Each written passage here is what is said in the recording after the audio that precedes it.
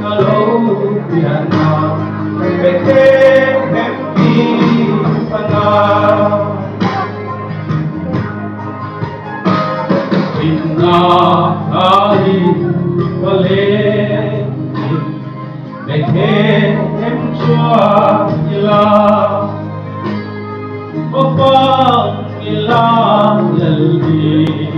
Sua Tantan apian namun Suka perang putih tua Apakan remea Ito'y moyang lebih selalu Kantalo yang ada miten lo masih pengen lo mampu dan song